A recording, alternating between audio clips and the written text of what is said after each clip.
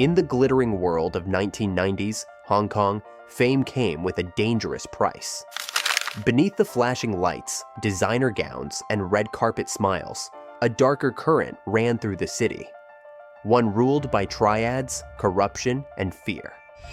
At the heart of it all stood Carina Lau, one of the most beloved actresses of her generation. She had beauty, success, and power. Everything the public admired and everything the underworld wanted to control. Then, one ordinary afternoon in 1990, she vanished without a trace. For days, no one knew where she was. Her boyfriend, Tony Leung Chiu-wai, was frantic. Police searched, rumors exploded, and whispers filled the entertainment industry. And then, as suddenly as she had disappeared, Carina returned, alive, smiling, silent. No one dared to ask too many questions, but the silence was louder than any confession. Years later, when a photo surfaced, a blindfolded woman, partially unclothed, terrified. The truth everyone had buried came rushing back. The image was real, and the woman was Carina Lau. Yet even then, she said nothing. For over 3 decades, she kept the secret locked away. Why?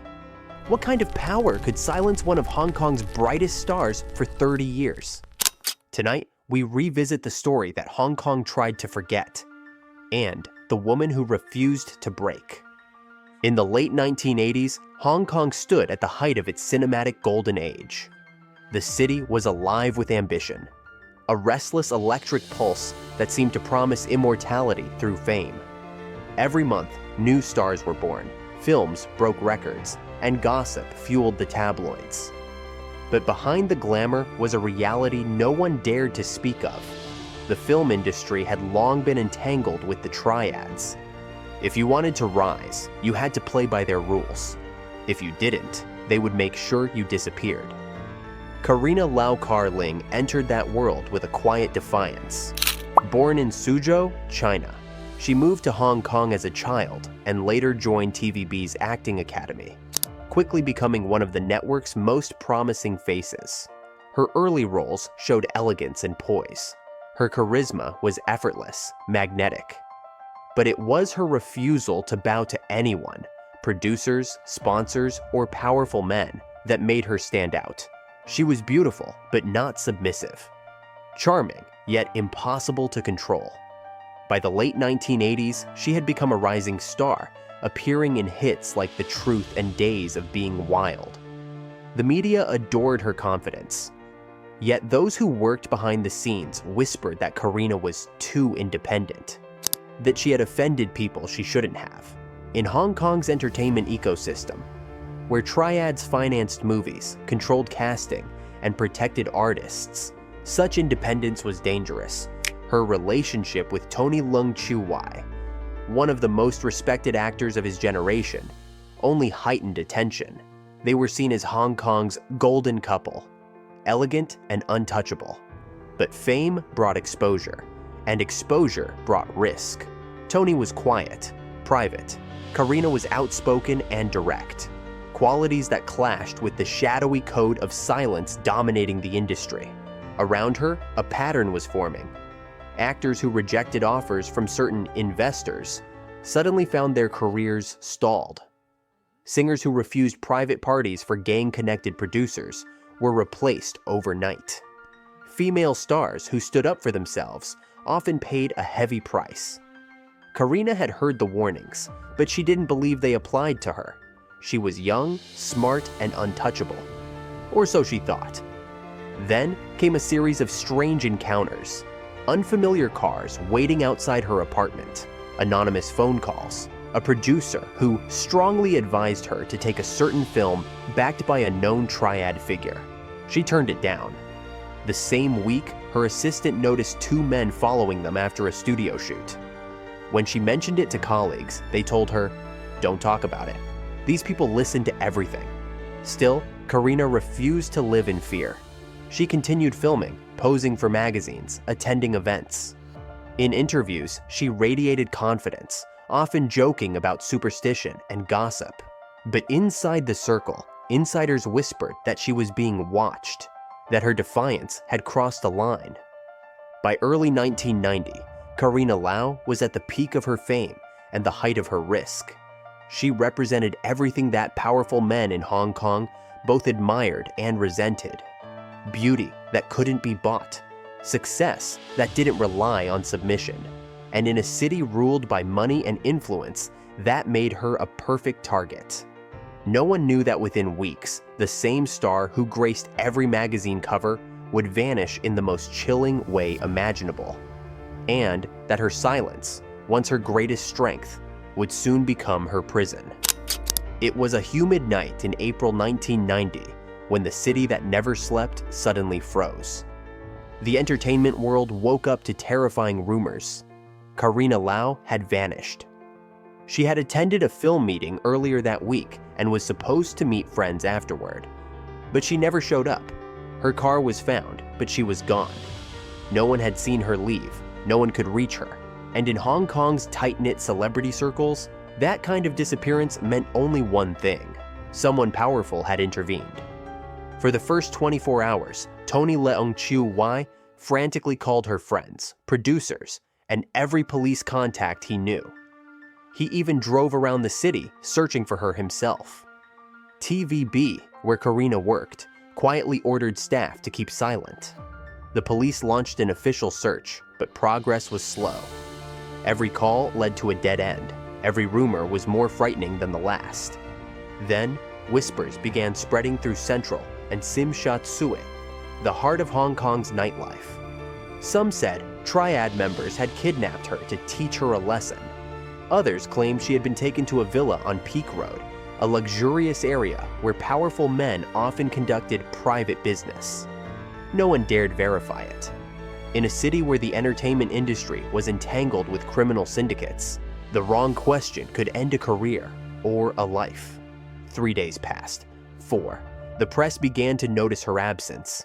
Tabloids hinted at a mysterious disappearance, but editors were warned not to dig too deep. Hong Kong police were caught between public pressure and private fear. They knew the entertainment world was a minefield controlled by people the law couldn't easily touch. Then, without warning, Carina reappeared. She walked into public view as if nothing had happened. She smiled at photographers, went back to work, and said she had been resting.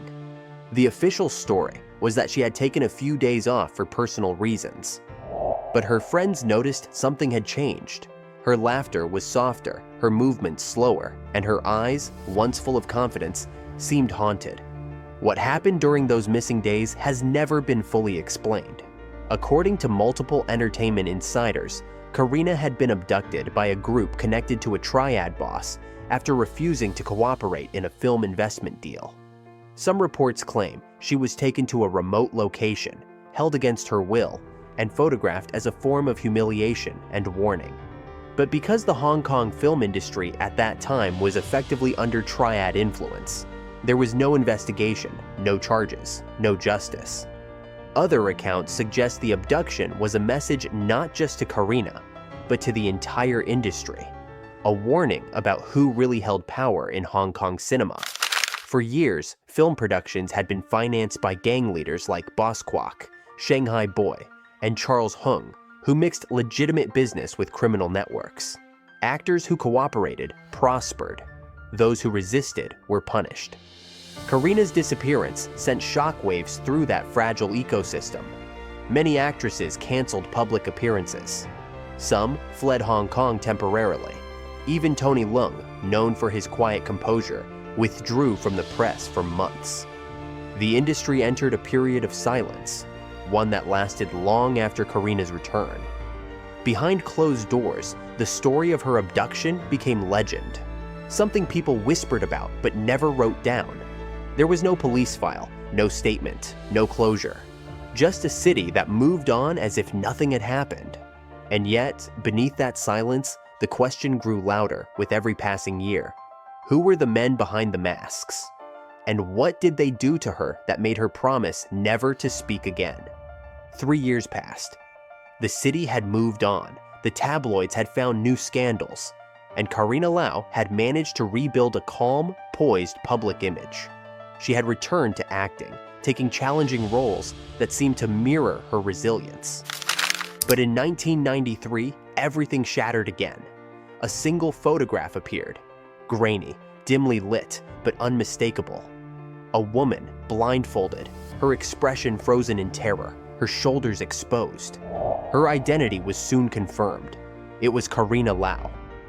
The image was allegedly taken during her 1990 abduction, a chilling souvenir left behind by those who wanted her silence to last forever. Its sudden resurfacing was no coincidence. It was a warning, both to her and to anyone else who might still think about speaking out. When the photo reached the tabloids, even the most reckless editors hesitated. But in 1994, one magazine dared to print it. The reaction was instantaneous and explosive. Hong Kong erupted in outrage. Fans were horrified, colleagues were speechless, and human rights advocates condemned the publication for exploiting a victim. Yet, in the middle of the chaos, Carina herself remained completely silent. She issued no statement, filed no lawsuit, demanded no apology. When reporters cornered her at an event weeks later, she simply said, "Let's not talk about the past." The press fell silent. Everyone understood what that meant, not because she was avoiding the truth, but because she was still living in its shadow. Psychologists and journalists later described her response as a textbook example of trauma survival behavior. When the system fails to protect victims, silence becomes the only form of control left. For Carina, speaking out might have meant reliving the horror, or worse, provoking the people who once held her life in their hands. The photo itself became one of the most disturbing symbols in Hong Kong's entertainment history. It circulated secretly among reporters, investigators, and industry insiders, many of whom destroyed their copies out of fear. Tony Leung reportedly refused to comment on it, even years later, telling friends that some truths can't be handled by the public. Behind the scenes, producers and directors began whispering about tightening their ties with certain financiers. The Hong Kong police, under pressure from public outrage, claimed the case had no sufficient evidence to pursue. The cycle of silence repeated, once again protecting the powerful and abandoning the vulnerable. What the world didn't see was the personal cost. Friends close to Carina noticed her changes. She became wary of crowds, distrustful of strangers, and avoided late-night shoots. She reportedly installed multiple locks on her apartment door and would sometimes call Tony late at night just to make sure he was safe. But she never let her fear define her publicly. Instead, she buried it beneath layers of professionalism, returning to the screen with even greater command. It was as if acting became her therapy, the one place she could confront darkness without revealing her own. The photo eventually faded from circulation, but its ghost lingered in the collective memory of Hong Kong. Every time someone mentioned it, conversations would end abruptly, eyes would lower, and rooms would fall silent. Because in that one image, of a woman stripped of power and forced into silence, lay the entire story of an industry built on fear. To the outside world, Carina Lau's silence looked like surrender. But to those who understood what Hong Kong was like in the early 1990s, her silence was a strategy, a way to survive. In a city ruled by image and influence, speaking the wrong truth could end not just a career, but a life. The entertainment industry was still gripped by the triads, and law enforcement remained hesitant to cross their invisible lines. Justice, for someone like Carina, was never an option. So she built a new kind of power, one rooted in grace and control. Rather than letting the scandal consume her, she poured herself into her work. Her performances grew darker, deeper, more layered, as if every role became a way to reclaim what had been taken from her. In days of being wild and intimate, she delivered performances that critics later called hauntingly restrained. But those who knew her best understood that she wasn't acting. She was living between two worlds, the one on screen and the one she never talked about. Her partnership with Tony Leung Chiu-wai became both her anchor and her shield.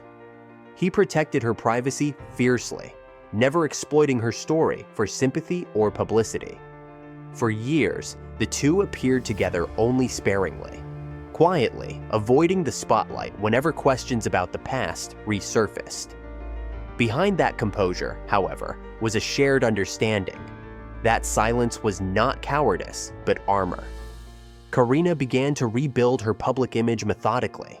She accepted film roles that emphasized intelligence, elegance, and emotional strength, not victimhood. She engaged in charity work, fashion projects, and later even business ventures, aligning herself with art, culture, and sophistication. She had transformed herself from a scandalized actress into Hong Kong's modern icon of endurance. Yet the cost of that transformation was invisibly heavy. In interviews, she often spoke about resilience, but rarely about fear. She said things like, "Life gives you challenges so you can rise above them," or "The past shapes you, but it doesn't define you." Each sentence was polished, deliberate, words that hid more than they revealed. But behind the poise, those close to her said she avoided dark alleys, refused night shoots without bodyguards, and never stayed alone in hotel rooms. For many women in Hong Kong's film world, Carina's silence became both inspiration and warning. It reminded them that survival sometimes meant knowing when not to speak. In an era before #MeToo, there were no safe spaces, no advocates, no social media movements to rally behind. Silence wasn't compliance, it was the last defense left. As the years passed, people began to reinterpret her story. Younger actresses viewed her not as a victim, but as a woman who endured what most wouldn't have survived. Critics began calling her the Iron Flower of Hong Kong cinema. Beautiful, unbreakable, and painfully human.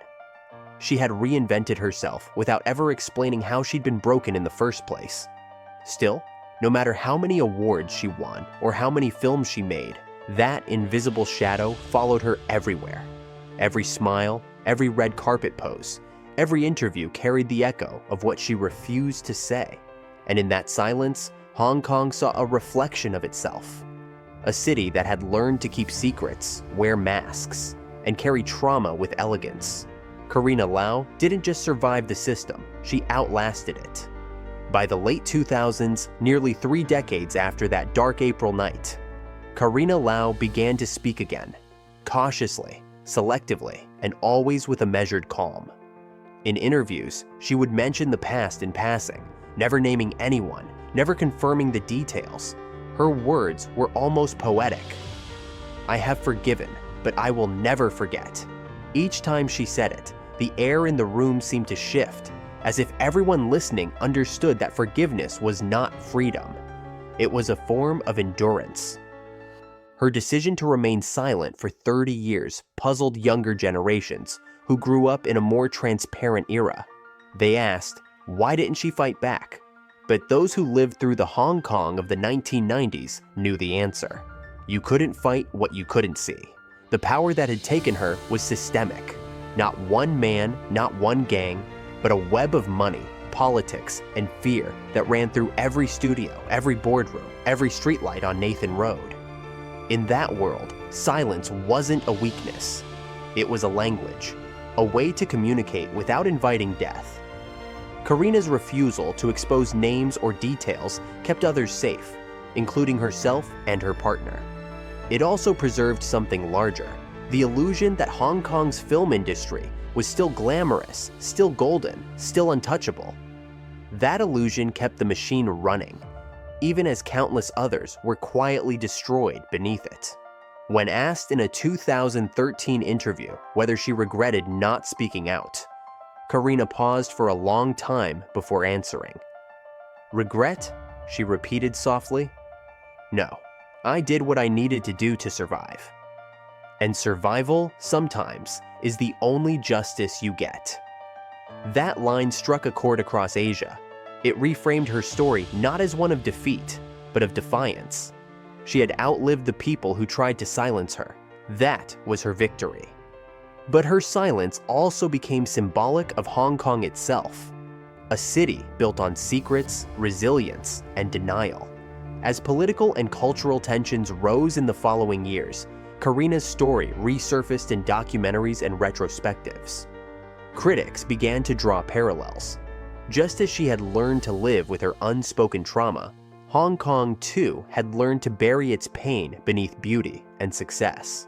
Still, even decades later, no one was ever charged. No confession, no closure, no justice. The photo remained the only public evidence that any of it had ever happened. It had become an urban myth, a relic of a time when the entertainment world was ruled by men who used fear as currency. And Carina Lau, the woman at the center of it all, never once lost her composure. In 2020, during a rare reflective interview, she was asked what kept her strong after everything. She smiled faintly and said, "Because silence doesn't mean defeat. Sometimes it means I know more than I should." That single sentence encapsulated 30 years of restraint, pain, and survival. The truth is, her silence spoke louder than any press conference ever could.